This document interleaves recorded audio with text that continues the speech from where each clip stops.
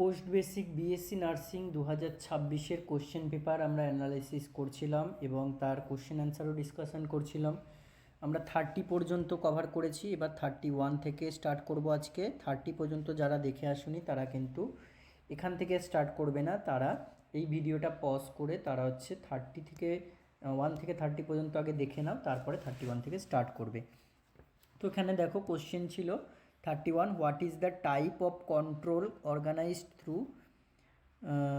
Bureaucracy. ঠিক আছে, এই কন্ট্রোল মানে এটা হচ্ছে সোশিওলজির কোশ্চেন। এখানে আমি এবার থেকে এক কাজ করব, তোমাদের কোন সাবজেক্ট থেকে আসে সেটাও লিখে দেবো। সোশিওলজির কোশ্চেন এবং 31-এর আমরা কন্ট্রোল নিয়ে যদি একটু ডিসকাশন করি, দেখো কন্ট্রোলের মধ্যে আমাদের একটা থাকছে ফর্মাল কন্ট্রোল, একটা থাকছে ইনফর্মাল কন্ট্রোল। তো ফর্মাল কন্ট্রোল এবং ইনফর্মাল কন্ট্রোলের মধ্যে কোনটা আন্ডারে কি আসে, এক্সাম্পলগুলো আমাদের একটু জেনে রাখতে হবে। দেখো ফর্মাল কন্ট্রোলের আন্ডারে আসছে আমাদের এটা হচ্ছে এক্সপ্লিসিট অফিসিয়াল, ফর্মালটা হবে সবসময় অফিসিয়াল, এবং রিটেন রেগুলেশনস অ্যান্ড প্রসিডিওরস। এবং ইনফর্মাল কন্ট্রোলের মধ্যে আসছে আমাদের আনরিটেন নর্মস, কিছু কিছু নর্মস যেগুলো আনরিটেন ফর্মে থাকছে, পিয়ার প্রেশার, কাস্টমস, এগুলো ইনফর্মাল কন্ট্রোল, যেটা অফিসিয়াল পার্ট নয়।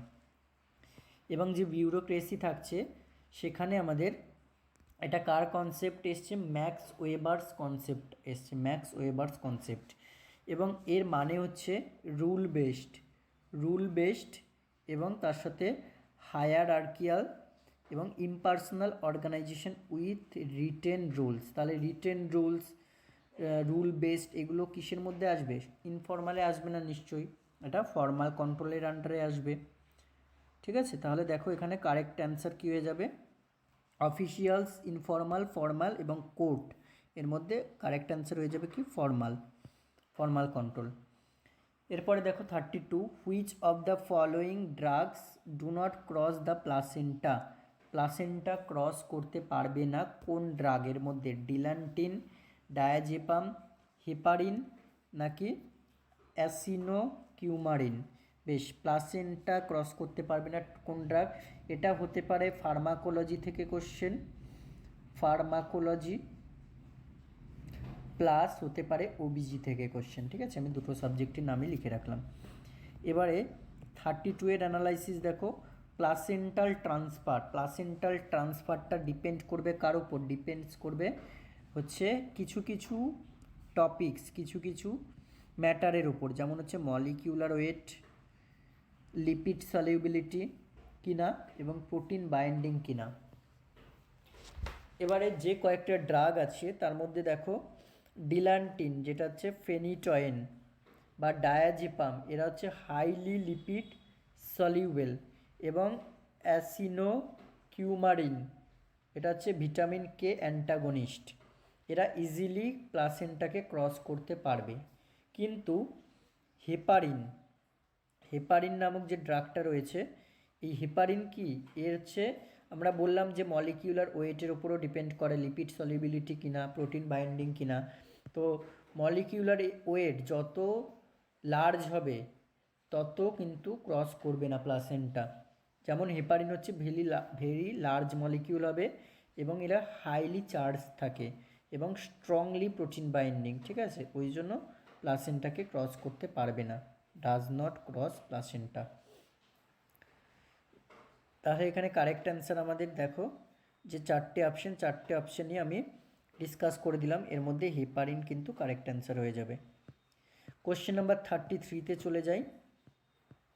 33 আমাদের রয়েছে, দেখো how many generations constituted the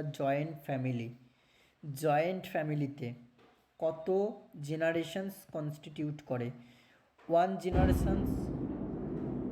generations মানে হচ্ছে আমাদের নিউক্লিয়ার ফ্যামিলি, 2 জেনারেশনস সেখানে থাকবে প্যারেন্ট এবং চাইল্ড থাকবে, 3 জেনারেশন সেখানে হচ্ছে ট্র্যাডিশনাল জয়েন্ট ফ্যামিলি, এই 3 জেনারেশনেই আমাদের ট্র্যাডিশনাল জয়েন্ট ফ্যামিলিকে ফলো করে, এবং 4 জেনারেশন এখানে হচ্ছে এক্সটেন্ডেড জয়েন্ট ফ্যামিলি থাকবে। ঠিক আছে, তাহলে এখানে আমরা ম্যাক্সিমাম 3 জেনারেশন পর্যন্তই কিন্তু জয়েন্ট ফ্যামিলি একটা আইডিয়াল ধরবো। 34 দেখো, which of the following drug causes rise in systolic as well as diastolic BP for prolong period ধরে কোন ড্রাগ বোথ সিস্টোলিক এবং ডায়াস্টোলিক বিপি রাইজের জন্য রেসপন্সিবল। আচ্ছা, এখানে 4টে ড্রাগের নাম দিয়েছে। 4টে ড্রাগের মধ্যে আমাদের যে ড্রাগটা দেওয়া রয়েছে নরএপিনেফ্রিন কিন্তু স্ট্রং আলফা 1 অ্যাগনিস্ট, এবং এর মোড অফ অ্যাকশন কি, ভ্যাসো কনস্ট্রিকশন করবে আর্টেরিওলসগুলোর, তার ফলে systolic BP plus diastolic BP দুটোই ইনক্রিজ হবে। কিন্তু আর যে অপশানগুলো আছে, যেমন ধরো এপিনেফ্রিন, এটা হচ্ছে বিটা 2 অ্যাকশন দেখায়। বিটা 2 অ্যাকশনে কী হবে, ভ্যাসো ডাইলেশন হবে স্কেলিটাল মাসেলের, তার ফলে কিন্তু সিস্টোলিক বিপি বাড়বে, কিন্তু ডায়াস্টোলিক বিপি এই এপিনেফ্রিনের লো ডোজের ফলে ডায়াস্টোলিক বিপি কমে যেতে পারে। আচ্ছা, এফেড্রিনটা কি, এটা হচ্ছে মিক্সড অ্যাক্টিং করবে, শর্টার ডিউরেশন হয় এর, এবং এ হচ্ছে মেইনলি ওই এসবিপি সিস্টোলিক বিপি ইনক্রিজ করবে, এবং ডোপামিন ডোজ ডিপেন্ডেন্ট অ্যাকশন দেখাবে, হাই ডোজে কিন্তু বিপি ইনক্রিজ করবে, কিন্তু বোথ ডায়াস্টোলিক বা সিস্টোলিক এরকম কোনো ব্যাপার নয়। তাহলে আমাদের এখানে কিন্তু নরএপিনেফ্রিনটাই হচ্ছে একমাত্র ভ্যাসো কনস্ট্রিকশন আর্টেরিওলসের করে সিস্টোলিক ডায়াস্টোলিক দুটো বিপি কিন্তু ইনক্রিজ করবে। এরপরে দেখো, cell mediated immune system is mediated by, immunity থেকে অনেক কয়েকটা কোশ্চেন তোমরা এখান থেকে এই পেপারে দেখতে পাবে, এবং এটা খুবই সহজ একটা question. Cell mediated humoral immunity, এগুলো কিন্তু খুবই সহজ একটা টপিক। দেখো, ইমিউনিটি থেকে আমরা একটু দেখে নিই ইমিউনিটির চ্যাপ্টারটা আবার। এখানে ইমিউনিটি একটাকে আমরা ডিভাইড করছি সেল মিডিয়েটেড, এবং একটাকে ডিভাইড করছি হিউমোরাল। সেল মিডিয়েটেড এ অ্যান্টিবডিসের কোনো ইনভলভমেন্ট হবে না, কিন্তু হিউমোরাল ইমিউনিটিতে অ্যান্টিবডিসের ইনভলভমেন্ট থাকবে। এবং সেল মিডিয়েটেড হচ্ছে টি লিম্ফোসাইটস, আমাদের যে ব্লাড সেলস থাকছে তার মধ্যে ডব্লিউবিসির আবার টাইপসে গ্র্যানুলোসাইট, অ্যাগ্রানুলোসাইটে লিম্ফোসাইট এবং মনোসাইট, ঠিক আছে। তো এই লিম্ফোসাইটের আবার ফার্দার ডিফারেন্সিয়েশন হচ্ছে T lymphocyte, B lymphocyte. T lymphocyte হচ্ছে আমাদের সেল মিডিয়েটেড ইমিউনিটির জন্য রেসপন্সিবল, এবং বি লিম্ফোসাইট হচ্ছে আমাদের হিউমোরাল ইমিউনিটির জন্য রেসপন্সিবল। তাহলে এখানে আমরা দেখো কারেক্ট অ্যান্সার পেয়ে গেলাম যে সেল মিডিয়েটেড ইমিউনিটি কে মিডিয়েটেড করছে, টি লিম্ফোসাইটস। এরপরে দেখো 36, which of the following characteristic describes epithelial tissue. Epithelial tissue এখানে কোনটা কারেক্টলি ডিসক্রাইব করছে, দেখো এপিথেলিয়াল টিস্যু নিয়ে একটু জানা যাক, ঠিক আছে। এপিথেলিয়াল টিস্যু নিয়ে একটু জানা যাক। দেখো, এপিথেলিয়াল টিস্যু, আমরা টিস্যুর 4 টাইপস জানি। টিস্যুর যে 4 টাইপস তার মধ্যে নাম্বার 1-এই আসছে এপিথেলিয়াল টিস্যু, নাম্বার 2-তে আসছে কানেকটিভ টিস্যু, নাম্বার 3-তে আসছে নার্ভাস টিস্যু, এবং নাম্বার 4-এ আসছে আমাদের মাসেল টিস্যু। এবার এপিথেলিয়াল টিস্যু অরিজিনেট করবে বোথ এক্টোডার্ম, এন্ডোডার্ম এবং মেসোডার্ম থেকে, এবং এটা হচ্ছে অ্যাভাস্কুলার নেচারের হয়ে থাকে, মানে কোনো ব্লাড ভেসেলস কিন্তু এপিথেলিয়ামে থাকে না। তাহলে কোথা থেকে ব্লাড পায় এটা হচ্ছে আমাদের যে পরবর্তী মানে কানেকশন যে করছে সেখান থেকে কিন্তু এ হচ্ছে বিভিন্ন ব্লাড সংগ্রহ করে, এবং ইট ইজ ফাউন্ড ইন হলো অর্গ্যান, বিভিন্ন ইন্টারনাল হলো অর্গানে একে পাওয়া যায়। অ্যান্ড এটা হচ্ছে তোমার টাইপসে সিম্পল এপিথেলিয়াম হয় এবং স্ট্র্যাটিফাইড এপিথেলিয়াম হয়, এবং তার বিভিন্ন সাবটাইপস আছে। তাহলে এখানে আমরা কারেক্ট অ্যান্সার দেখো, এপিথেলিয়ামের ভিত্তিতে কারেক্ট অ্যান্সার কোনটাকে করব, অরিজিনেটস মেসেনকাইম থেকে না, সমস্ত কিছু থেকে অরিজিনেট হয়। ভাইরাস অরিজিনেট করে এটা থেকে নয়। It forms the glands of the body, এটার কারেক্ট অ্যান্সার হবে ইট ইজ অ্যাভাস্কুলার। পরবর্তী question number 37, which part of human brain is a centre for controlling breathing controlling centre কোনটা বলতে হবে তোমাকে। দেখো, মেডুলা অবলাঙ্গাটা নিয়ে একটু চর্চা করা যাক। মেডুলা অবলাঙ্গাটা হচ্ছে রেসপিরেটরি সেন্টার কন্টেন্টস করছে, যার দুটো গ্রুপে ভাগ করা হচ্ছে, একটা ডরসাল রেসপিরেটরি গ্রুপ, একটা ভেন্ট্রাল রেসপিরেটরি গ্রুপ, এবং এই মেডুলা অবলাঙ্গাটাই কিন্তু বেসিক রিদম অফ ব্রিদিংকে কন্ট্রোল করছে, বেসিক রিদম অফ ব্রিদিং। তাহলে আমাদের ব্রিদিং সেন্টার বলতে পারি আমরা, কন্ট্রোলিং ব্রিদিং সেন্টার কে করছে, মেডুলা অবলাঙ্গাটা। নেক্সট কোশ্চেনে চলে যাই আমরা, which one of the following act primarily on the rate of respiration. Rate of রেসপিরেশনে প্রাইমারিলি অ্যাক্টস করে কে এখানে, রেট অফ রেসপিরেশনে দেখো, রেট অফ রেসপিরেশন আমাদের যে primary chemical stimulus regulation of ব্রিদিংয়ের জন্য প্রাইমারি কেমিক্যাল স্টিমুলাস হচ্ছে কার্বন ডাইঅক্সাইড। এবারে central chemoreceptor in the brain are highly sensitive কিসের প্রতি, ব্রেনে আমাদের কিছু কেমোরিসেপ্টর আছে, এবার যেগুলো সেন্ট্রাল কেমোরিসেপ্টর, সেই central chemoreceptor in the brain এরা চেঞ্জেস ইন কার্বন ডাইঅক্সাইডে কিন্তু হাইলি সেন্সিটিভ হয়। সেই জন্য আমাদের যে রেগুলেশন বলছি আমরা, যে primarily on the rate of রেসপিরেশনের জন্য হচ্ছে ফলোয়িং অ্যাক্টস করে প্রাইমারিলি কি, দ্যাট ইজ কার্বন ডাইঅক্সাইড।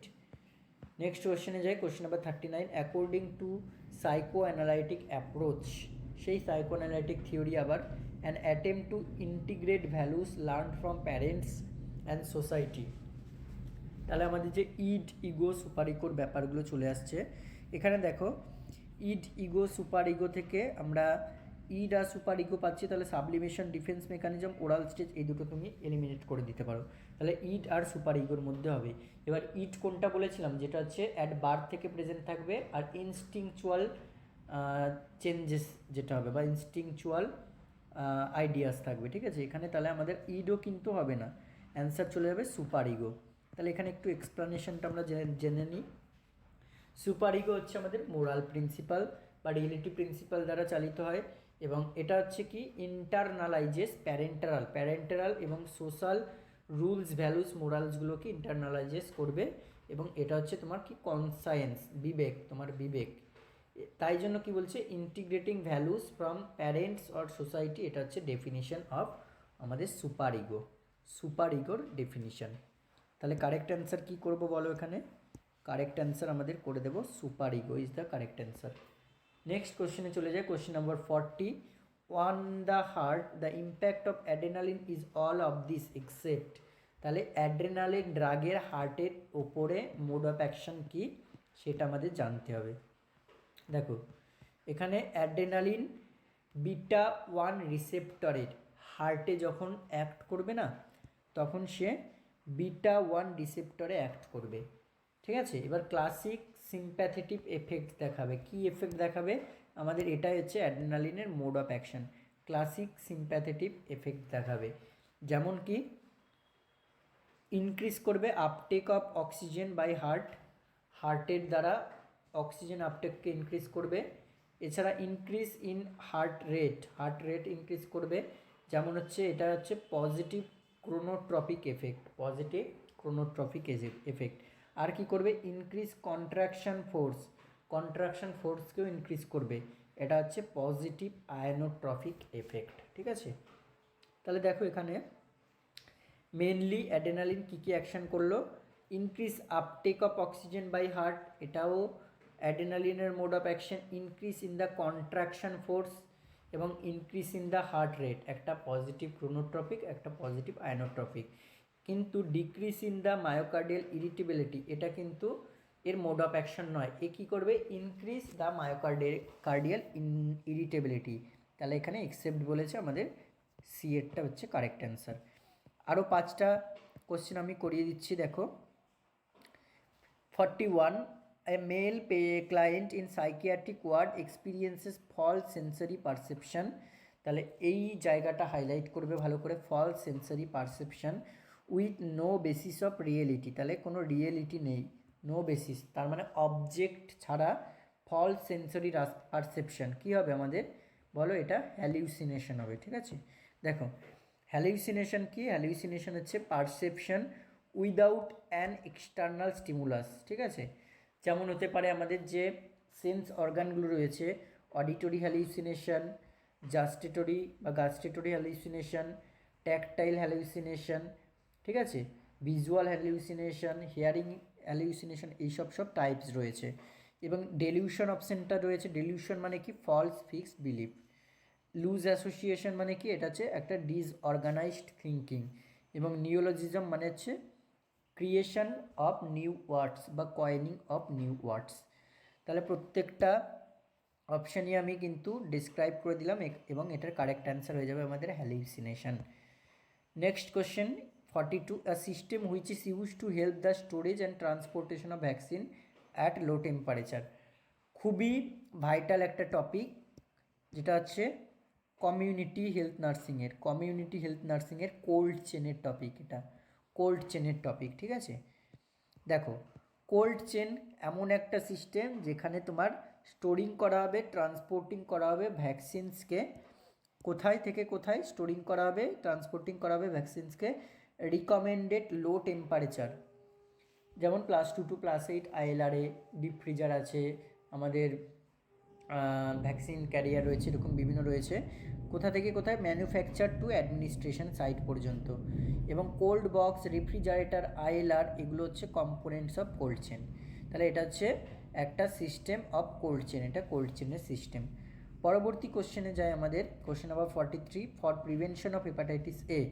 আচ্ছা, হেপাটাইটিসের মধ্যে হেপাটাইটিস ABCDE এর মধ্যে এ এবং ই হচ্ছে আমাদের ওয়াটারবোর্ন, বাকি সব কিন্তু ব্লাডবোর্ন।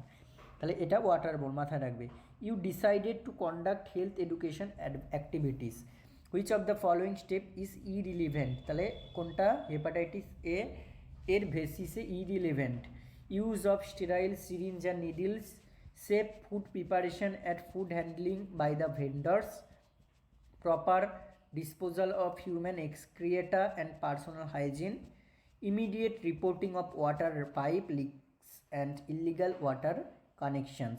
এখানে তুমি যত হাইজিন দেখছো তার মধ্যে অপশন এটা কিন্তু স্টেরাইল সিরিঞ্জ নিডল এগুলো ব্লাড ব্লোন রিলেটেড, তাহলে এটা কিন্তু ইরিলেভেন্ট। আমি দেখিয়ে দিচ্ছি এক্সপ্লানেশন। দেখো, হেপাটাইটিস এ হচ্ছে মেনলি ফিকাল ওরাল বা ফিকো ওরাল রুট থেকে স্প্রিড করে থ্রু কন্টামিনেটেড ফুডের সাহায্যে বা কন্টামিনেটেড ওয়াটারের সাহায্যে, ওই জন্যই বললাম ওয়াটারবোর্ন। তাহলে প্রিভেন্টিভ মেজার হিসেবে আমরা safe food handling, proper sanitation and personal hygiene, safe water supply এগুলো কিন্তু করতে পারি। কিন্তু স্টেরাইল সিরিঞ্জ বা যে নিডলের ব্যাপারটা ইউজিংয়ের ব্যাপার বলেছে, এগুলো prevention of hepatitis B, hepatitis C, hepatitis D এবং HIV এর জন্য, নট হেপাটাইটিস এ এবং হেপাটাইটিস ই। তাহলে এখানে আমাদের কারেক্ট অ্যান্সার করে দেবো, কি বলো, option A, use of sterile syringe and needles. আচ্ছা, question number 44, which manifestation indicates digitalis toxicity. Digitalis কি একটা, মানে আমরা যেটাকে বলি ডিগক্সিন টক্সিসিটি। ডিগক্সিন টক্সিসিটির এর মধ্যে ম্যানিফেস্টেশন কোনটা? ডিগক্সিন টক্সিসিটি, বেশ। এখানে দেখো, ক্লাসিক্যাল সাইন অফ ডিগক্সিন বা ডিজিটালিস টক্সিসিটি হচ্ছে আমাদের ভিজুয়াল ডিস্টারবেন্স। কি না, ভিজুয়াল ডিস্টারবেন্স। এবারে ভিজুয়াল ডিস্টারবেন্সের মধ্যে আমাদের কী কী আসতে পারে? Blurred vision, yellow green halos around lights বা অল্টার্ড কালার পারসেপশন, এগুলো কিন্তু হতে পারে। Blurred vision, yellow green halos around lights আর অল্টার্ড কালার পারসেপশন। আদার সিমটমসের মধ্যে নজিয়া, ভমিটিং, ব্র্যাডিকার্ডিয়া, অ্যারিথমিয়া এগুলো হতে পারে। কিন্তু কনভালশন কেন নয়? কনভালশন হচ্ছে আনকমন, হবে না। ভার্টাইগো কেন নয়? May occur but is not a classic indicator, classic indicator কিন্তু নয়। আচ্ছা, এরপরে মাসেল ক্র্যাম্পিং কেন নয়? এটা হচ্ছে মোর সাজেস্টিভ অফ ইলেকট্রোলাইট ইমব্যালেন্স, তাহলে এই তিনটে অপশন কিন্তু নয়। তাহলে ভিজুয়াল ডিস্টারবেন্স হচ্ছে তোমার more common in manifestation, blood vision হচ্ছে এখানে কারেক্ট অ্যান্সার হয়ে যাবে। এবার দেখো, কোশ্চেন নাম্বার 45 পর্যন্ত আমরা ডিসকাস করবো আজকে। The most appropriate teaching the nurse should teach an elderly patient after cataract surgery regarding home care. Cataract surgery একটা কী হয়? SICS, আর একটা হয় ফিকো ইমালসিফিকেশন, ঠিক আছে। তো এর মধ্যে আমরা কোনটা মোস্ট অ্যাপ্রোপ্রিয়েট টিচিং একটা ক্যাটারেক্ট সার্জারির পরে একটা পেশেন্টকে দিতে পারি? দেখো, after cataract surgery the patient should, কী করবে patient? Sleep with head elevated, vital points একটা। আচ্ছা, avoid bending, lifting heavy objects and straining, এটাও কিন্তু একটা ভাইটাল পয়েন্ট। আচ্ছা, আর কি prevent increased intraocular pressure, intraocular pressure যাতে না বাড়ে সেটা থেকে প্রিভেনশন নেবে। তাহলে এখানে আমরা কারেক্ট অ্যান্সার কিন্তু পেয়ে যাব যে option number A, elevating the head end of bed when sleeping. Sleeping যখন করছে তখন হেড এলিভেট করবে, ইন্ট্রাঅকুলার প্রেশার বা আইওপিকে বাড়তে দেবে না। এগুলো কিন্তু মোস্ট প্রিভেন্টিভ মেথড। তাহলে 45 পর্যন্ত থাক, বাকি এখনও কিন্তু 45 আর এদিকে হচ্ছে 55 কোশ্চেন এখনও বাকি রয়েছে আমাদের, সব আস্তে আস্তে ডিসকাস